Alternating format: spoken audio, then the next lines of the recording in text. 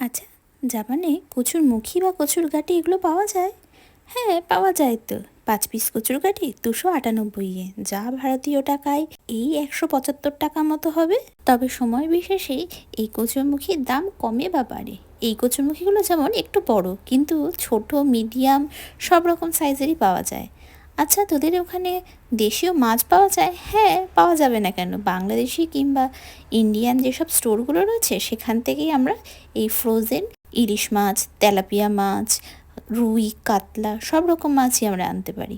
এই রুই মাছ কিন্তু কচুরমুখী দিয়ে বেশ ভালোই লাগে, আর সাথে যদি একটু বড়ি যোগ করা যায় তাহলে ব্যাপারটা কিন্তু একেবারে জমেই যায়। কচুরমুখী আর আলুগুলো ভেজে নিয়ে আদা আর জিরের গুঁড়ো দিয়ে ভালোভাবে কষিয়ে নিলাম, আর এরপরে বড়িগুলো যোগ করে খানিকক্ষণ পরে জল দিয়ে ফুটিয়ে মাছগুলো দিয়ে আজকে আমাদের রান্না একেবারে রেডি। সাথে কিন্তু একটু ভাজা মশলা দিতেই হয়, দিলে কিন্তু তরকারির স্বাদটা একেবারেই বদলে যাবে।